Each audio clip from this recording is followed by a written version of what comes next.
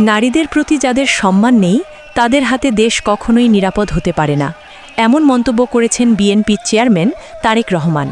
তিনি বলেন, ইতিহাস সাক্ষী, সুযোগ পেলে এমন শক্তি নারীদের আবারও অপমান ও নিপীড়নের দিকে ঠেলে দেবে। খুলনা থেকে নজরুল ইসলাম নবীনের প্রতিবেদনে দেখুন বিস্তারিত। সোমবার ২রা ফেব্রুয়ারি দুপুরে খুলনায় বিএনপির নির্বাচনী জনসভায় প্রধান অতিথির বক্তব্যে এসব কথা বলেন তিনি। জামায়াতকে উদ্দেশ্য করে তারেক রহমান বলেন, ১৯৭১ সালে সুযোগ পেয়ে তারা নারীদের সঙ্গে কি আচরণ করেছিল তা জাতি ভুলে যায়নি।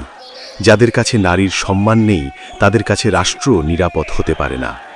জামায়াতের দলে নারীরা রয়েছে উল্লেখ করে তিনি প্রশ্ন তোলেন, তারা যদি ঘরের বাইরে আসেন তাহলে তাদের পরিচয় কি? এখন নারীদেরই ভাবতে হবে এই অপমানের জবাব তারা কিভাবে দেবেন। সাম্প্রতিক পরিস্থিতি নিয়ে সতর্ক করে বিএনপির চেয়ারম্যান বলেন, একটি মহল ভোট গণনায় সময় লাগবে বলে বিভ্রান্তি ছড়ানোর চেষ্টা করছে। এটি নতুন ষড়যন্ত্রেরই অংশ। যারা নারীদের হেয় করছে, মিথ্যাচার করছে, তারাই আবার ছল চাতুরির আশ্রয় নিচ্ছে। সবাইকে সজাগ থাকতে হবে এবং ভোটাধিকার রক্ষায় সচেতন থাকতে হবে।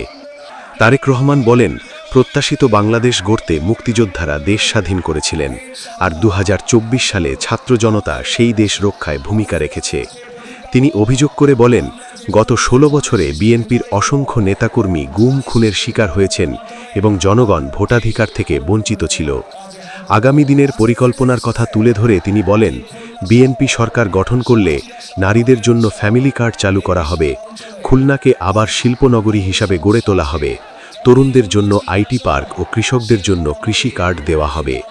তিনি বলেন, বৈষম্যমুক্ত বাংলাদেশ গড়াই বিএনপির লক্ষ্য, যেখানে ধর্ম বর্ণ নির্বিশেষে মেধা ও যোগ্যতার ভিত্তিতে সবাই মূল্যায়িত হবে। আমরা চাই